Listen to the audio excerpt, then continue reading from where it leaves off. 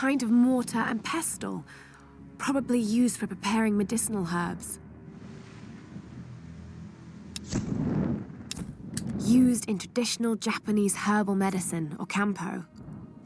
Looks like this vial has been sealed for many years. It's burdock, a root traditionally used in kampo to fight inflammation.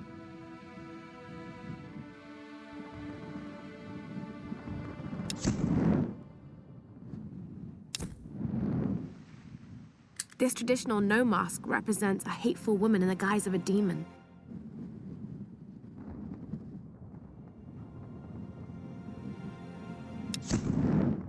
Japanese no actors could tilt their heads up and down to make the rigid mask express different emotions. This mask was used in the traditional Japanese no theater. I think it represents a demon, or oni.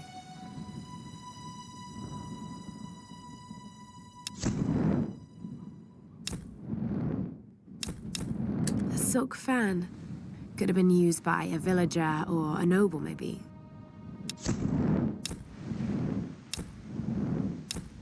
It's a gunbai, used by samurai to relay orders to their soldiers in battle. Pretty solid. Must be made of stained cypress. This must have belonged to a US Marine. Were they on the island in force or just an advance party?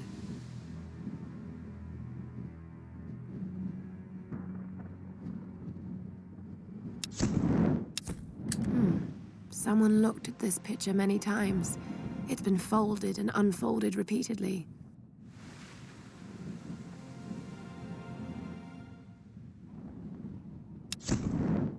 American soldiers would never have left these behind. I don't think any of them made it out of here alive. Some kind of soldier's identity tags. I don't recognize the kanji. Were these used during World War II? An alloy badge awarded to marksmen second class in the Imperial Japanese Army.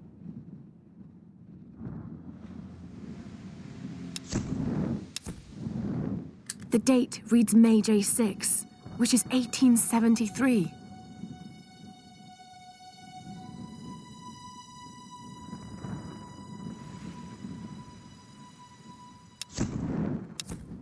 This is a tempo suho. Hard to read the date, but Japan made thousands of these in the mid-1800s.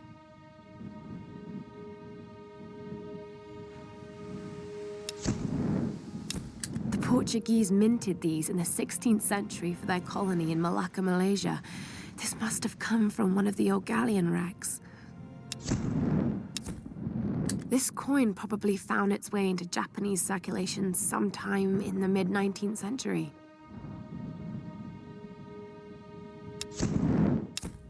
An Edo period coin minted in the late 17th century.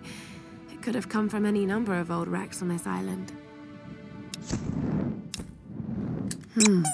Singed around the edges. What happened to your owner?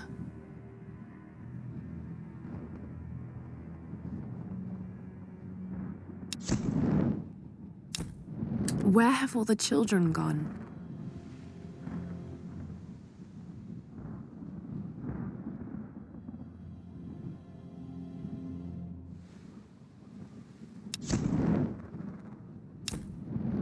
There's a picture of two girls.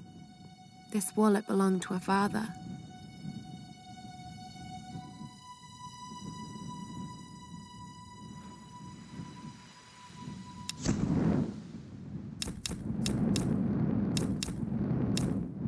This was used by scribes of the Chinese royal court.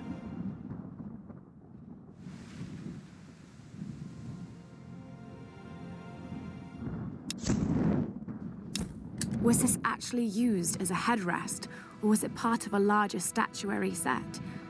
I'll research it if I ever get out of this place.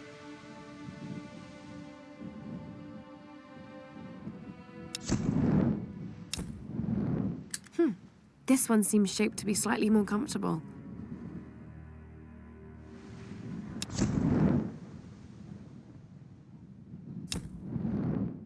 Looks to be early 18th century. I remember black silk fans were used when conducting funeral rites for nobles. A fan made for a special occasion, probably a wedding. Doesn't look older than a few years.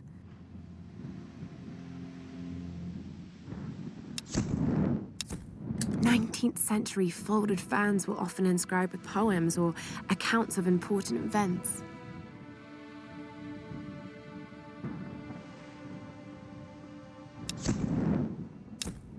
This Chinese earthenware is thousands of years old. Could they have visited this island before the rise of Yamatai?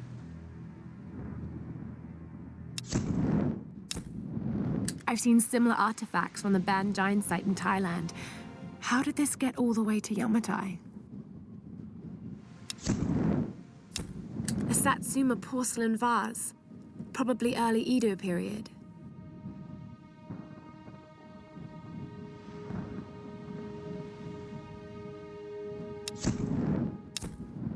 This Chinese dagger is extremely old.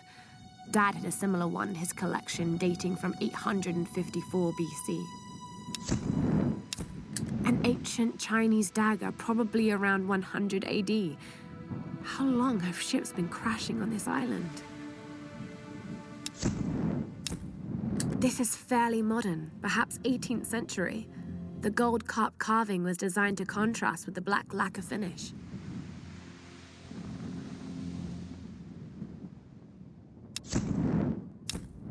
This might be Yuan dynasty. Could it be from Kublai Khan's lost fleet?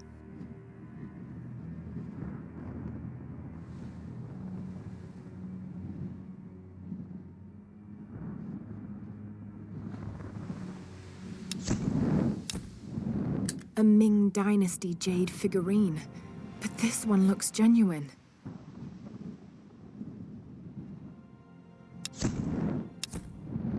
It's a ceremonial drinking vessel from the Song Dynasty. Beautiful craftsmanship.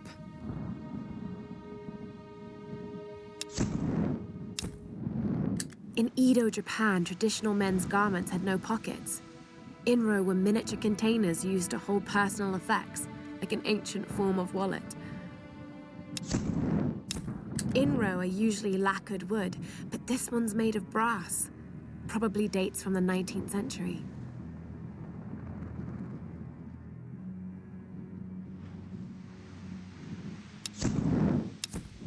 This inro was probably used by a military commander to carry official orders and seals. This gold lacquered inro contains writing implements and dried ink, likely the possession of a court scribe or historian. Were these gifts for the ancient rulers of Yamatai? Or was there some kind of battle here? Another Chao Dynasty helmet. The elaborate decorative design suggests royalty.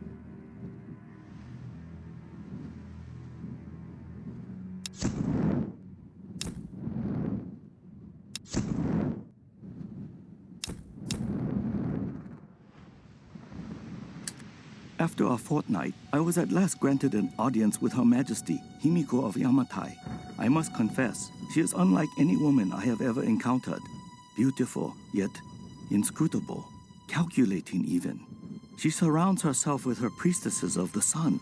No men attend her, save the general of her armies. When I met with her alone, I came to realize that she is not at all what she seems. I have spoken to some of the villagers on the island. I was expressly forbidden to leave the palace, but this did not stop me. My duties here are clear. I must learn the truth, but the stories I uncovered defy belief. Rumors abound of the Queen's communion with the spiritual world. They say she commands the sun and the rain, that her lands are abundant by her will alone. Today, I am Hoshi, daughter of Hiro and Kokoro. Tomorrow, I will be Hoshi, daughter of the sun. The Queen has spoken, and I was given the robes. Every girl in every village dreams of this honor. Mother cannot stop crying, and father is beaming with pride. It is time for me to leave this accursed island. I have seen enough of Yamatai. I cannot explain the power the Sun Queen wields, but it is not of this earthly plane. As I suspected, she knew my intent the moment I set foot on this island.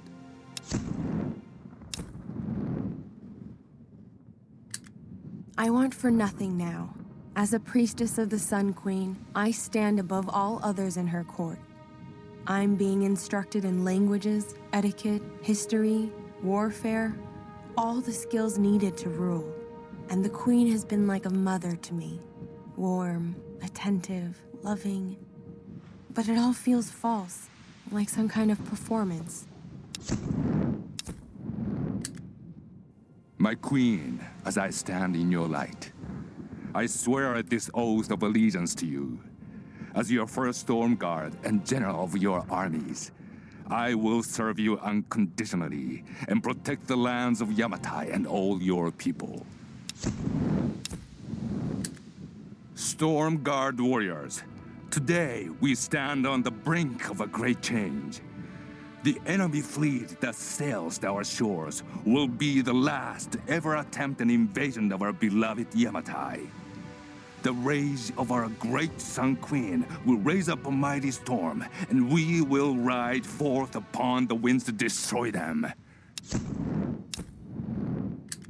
The Sun Queen grows old. Soon she will choose her successor. I fear it will be me. I am now her favorite.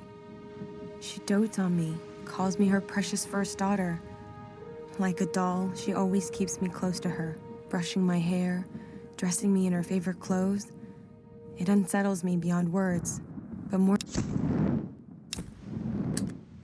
I have failed, my queen. The ritual was corrupted. The priestess Hoshi knew only death could save her and took her own life. Now, the first and last Sun Queen lives a half-life, a soul in a decaying body. She rages in storms which will never abate while her soul is tied to this earth. My Storm Guard are sworn to protect her. They must continue, but I cannot.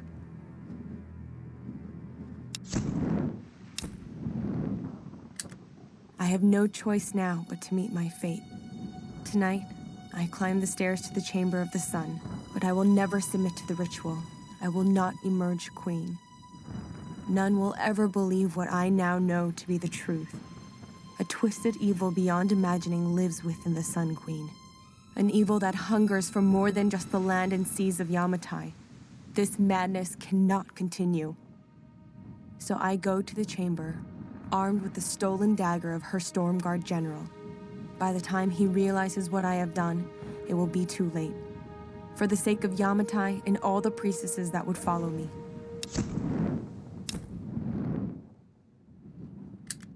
Darling, think before filing those papers. I've sunk the last of my fortune into this expedition, but it's all going to come back tenfold. If you divorce me now, you won't see a penny of it. You've been with me since I was nothing. You know what I'm capable of achieving. I haven't lost my touch. I'm just at a low point right now. Don't you see? I'm on to something here. Laura, you remember her, my young protege. She has real data to back up her theories, but she doesn't have my savvy. It's going... Baby, I don't even know how to begin this, so I'm just gonna come right out with it. Alicia is yours. Maybe you've known it all along, but since I signed back on board the Endurance, I just can't keep the truth from you any longer. You've got to understand, I never meant to cut you out of her life, but I know you, Roth. I know how you live and what you want. Staying in one place and raising a kid is not on your agenda. Alicia, honey, I didn't want to write this, but if I don't do it now, I might not have another chance. Your mama got herself into some trouble, and I might have to be gone for a very long time. I don't know when or if you'll ever read this, but I want you to know I fought for you. Everything I did in my life was for you, all... This island is more than I could have hoped for. Of course, these islanders are absolutely insane. Those poor people from the Endurance, so tragic, but honestly, it adds to the drama. Not only is this the mythical land of Yamatai, but the shipwrecks and the modern-day cultist. It warrants at least 2 documentaries, maybe even a series. Oh, Lord, this place is going to ignite the world's imagination, and I'm going to be right in the center of it all. Such a huge relief. All my chips were on this one number. Lara, I'm sorry. I got you into this mess. I made a promise to your father. The last time I saw him, I swore I would look after you, keep you out of trouble. And what did I do? I put you right in the thick of it. Now you're the one looking after me. You know, you're just like your father. He was smarter, wiser, and stronger than anyone I knew. And he never gave up, no matter how tough things got. Roth, I know you want me to ease off Lara, but I'm hard on her for a reason. This big, expensive ship and all its people are heading into uncharted, dangerous waters based on her theories. Lara needs to understand the weight of that responsibility. I know it was your call, but sometimes I think you forget that she isn't actually your daughter. No one else could get away with steering the Endurance into the Dragon's Triangle without at least some hard evidence. So you tell me, what convinced you? She's smart, I'll give her that. And I admit the expedition has potential. But big ideas and grand plans will only get us so far. Well, it had to be done. Lara left me no choice. If I thought she could play the game, I might have let her in on my plan, but she doesn't have the grit for this business. She isn't ruthless enough, and this discovery has to be mine. I've crossed the line. It won't look good, so... As unfortunate as it may be, she can't make it off this island. None of them can. And whatever happens with Sam, it just makes this whole story all the more newsworthy. I don't think Matthias or his Solari can be reasoned with, so I'll need to slip away as soon as this ritual is completed.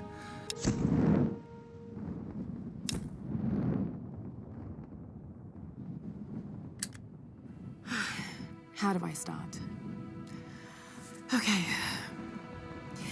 This is Lara Croft, an archaeologist from the Endurance, shipwrecked on an island in the Dragon's Triangle, east of Japan. This place is incredible. I've seen wrecks here that could date back centuries. We weren't the first, and I know we're not alone. The thing about nightmares is sooner or later, you wake up. But there's no waking up from this place, which means I'm really here. I'm really doing these things. No, don't think about it, Lara. Not now. It won't help.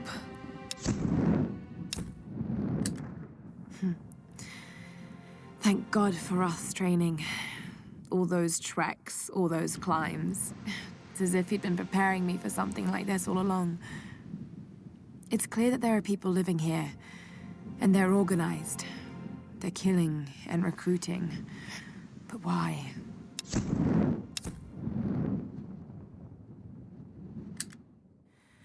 I can't get it out of my head. A storm that came out of nowhere, out of a clear sky, and brought down a plane. It's not rational. You know it's not rational, Lara. Just when I thought things couldn't get any worse. What were those things in the monastery? They were dressed like the storm guard, and the sounds they made almost inhuman. Shit, just listen to yourself, Lara. You sound like Dad. It's like they're the remnants of some lost civilization. Madness. That's what this place is. Matthias thinks Himiko's spirit is keeping us here. That's not possible. It's not possible. But he's so beyond crazy that maybe he's come right back round to some kind of sane. The helicopter isn't our way off. Tears won't bring me back, girl. That's what Roth would have said. I just can't believe he's gone. No more stories about my parents. No more mountain climbs. God, I wish they killed me instead. But they didn't. I'm here. I'm alive, and I'm certain that no boat or plane is going to get us off this island. At least not yet.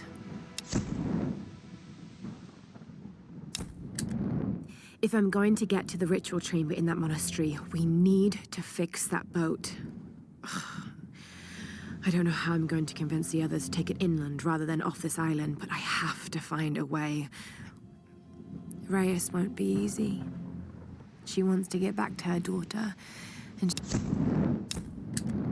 the prayer I found on that general talked about a soul in a decaying body being the cause of the storms. I know he must be talking about the last Sun Queen, but I don't understand what Himiko has to do with this. She was the first queen.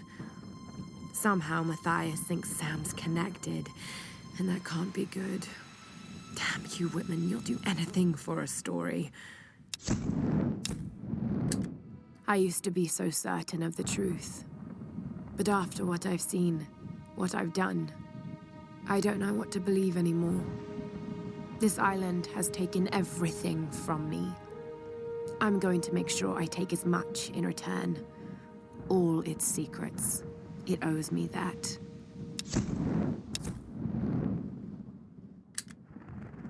When we washed up on this rock, the rain and wind pounded us for days. We couldn't build shelter or forage for food. Christ, we couldn't even move. It was like some enormous hand was holding us down. Just as the storm was finally breaking, Father Matthias came to us. He was calm and soft-spoken. He seemed to know us, our names, where we were from. He spoke to us in our native language, and for better or worse, I now follow Father Matthias. If I'm gonna be stuck on his island, at least I have the best possible job. He calls me his first Solari. Matthias might be insane, but he's smart and dangerous. He knows things about this island. I believe is our only chance of ever getting out of here. Matthias might be insane, but he's smart and dangerous. Matthias has us look for physically strong men for the Brotherhood, but none too smart. They must be willing to take orders and work. Any who question or resist are immediately killed. And the women, Matthias decides their fate. There are over 100 of us now. We've started work clearing out the old palace, and soon construction will begin on a city around the base of the mountain. The Japanese built a cargo holding system here years ago that we... Every new brother is assigned a job, a purpose in the Solari. As long as Matthias continues to prove his spiritual connection to the Sun Queen, they will fall in line and believe. Days have passed since the plane crash.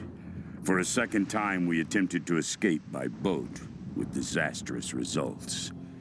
I knew it would happen, just like the first time. The calm sea turned hostile with no explanation. I am alone now. The rest of them are dead. This is for the best. I watched from the cliffs as their makeshift boat was tossed and turned by the storms. The clouds looked like a hand upon the water, desperately clawing at their doomed boat. A plan is taking shape in my mind. In order to unlock the power of this island, I first need to understand what has happened here. I need time and room to study this place. There are many mysteries here. Over the years, there have been other survivors, but I've avoided them. And if they got in my way, I was not merciful. But now I know I need others. In order to move forward, I must fully control this island. So I will gather a small group of loyal followers. They must understand power and the need to organize. My patience has been rewarded. At long last, I have my lieutenants, my enforcers of the way. The storms brought me exactly the men I need to begin building the Solari Brotherhood. Strong of body, weak of will. The Solari, my warriors of the sun, they have grown strong in number. And I have discovered everything I require to move my plans forward. It is time for us to move inland. We will build our city high up in the mountains around the old palace. From there, we can protect ourselves from the Oni Guardians, and I can access all points on the island swiftly. The years pass, and I now hear her whispers in my sleep. It is the Sun Queen. She is urging me on. I see her magnificent face with every sunrise. Soon now.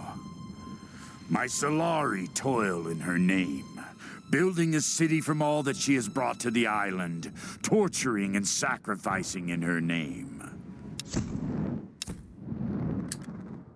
Expedition Field Report. Despite loss of 2 cargo ships to intense storms, the expedition has made landfall. We've established a communications center high in the mountains, and coastal base construction has commenced. Initial surveys have revealed several possible excavation sites. The island is much larger than we originally anticipated, and layered with many centuries of history.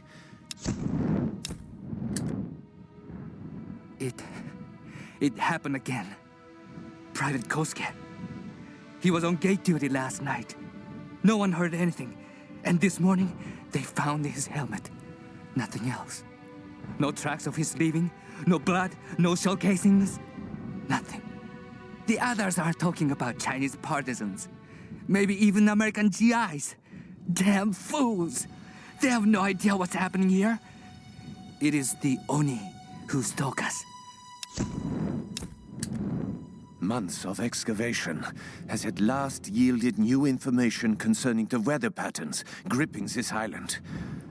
The tomb of an important general dating from the Kamakura period was discovered in our coastal dig site. This discovery is the missing piece of the puzzle. It will allow us to finally gain control of the storms.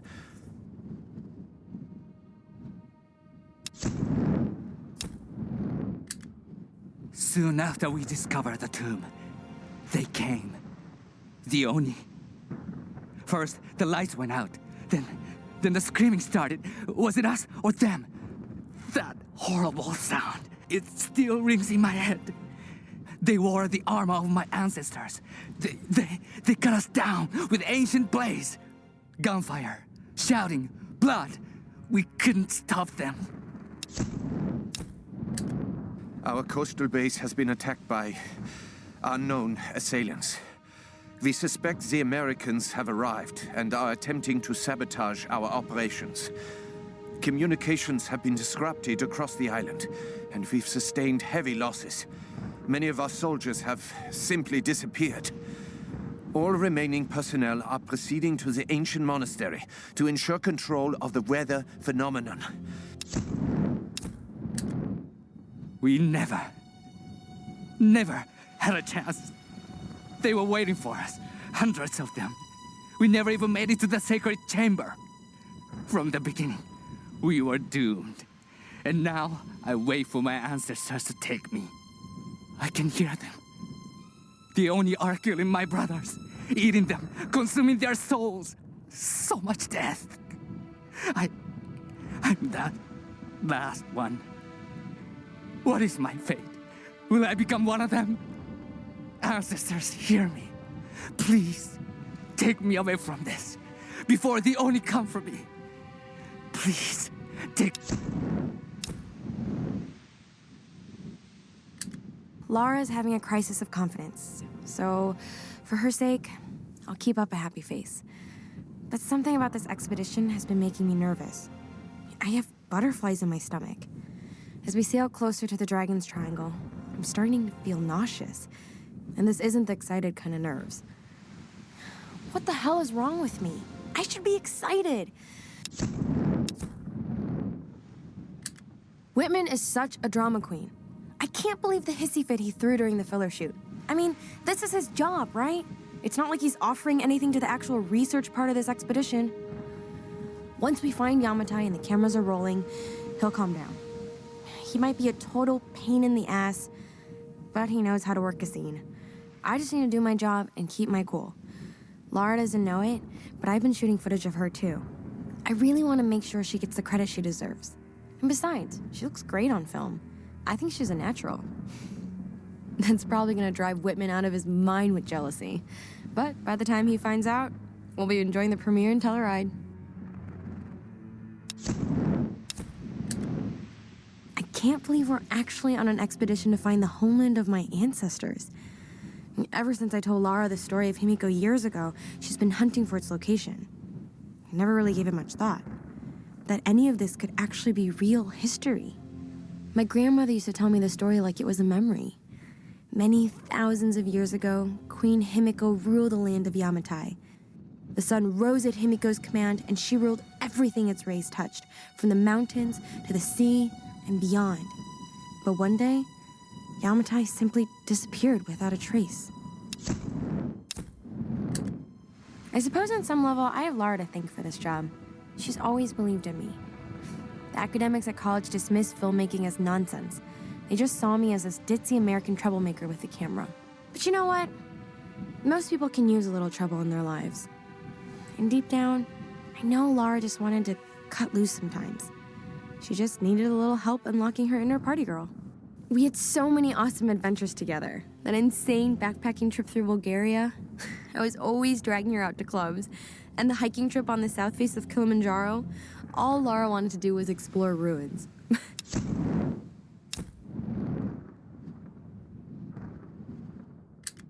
Well, this is a right fucking mess.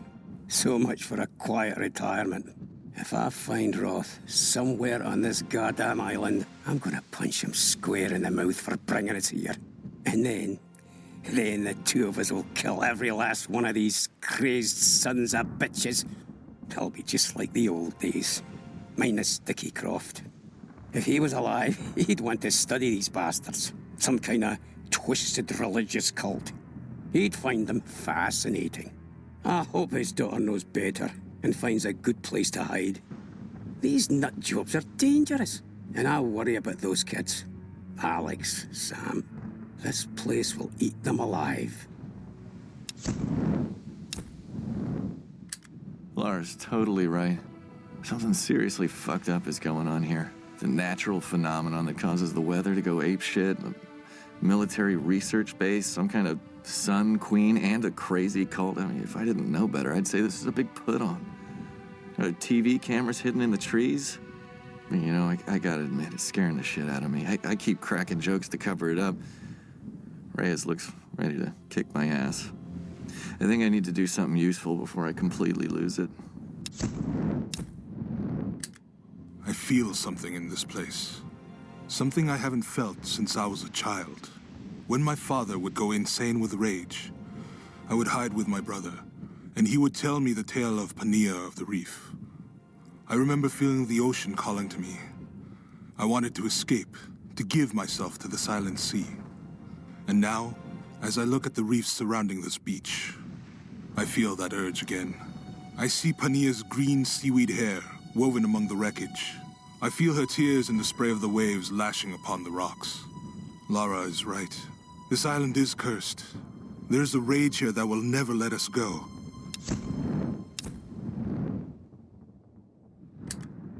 Command to operative. Stop. Trinity is concerned. Stop.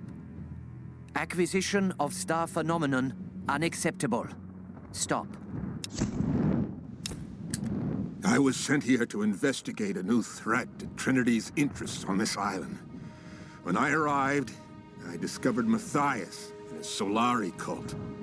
I believed then that Matthias could never acquire the star phenomenon. But I was wrong. I should have killed him when I had a chance. But now it's too late. I've been compromised and mortally wounded. My mission, incomplete. My time is short. If you've deciphered the numbers and found this stash, Then you must be my replacement. Kill Matthias. He's close to reawakening the enemy that has long lain dormant. This cannot be allowed to happen.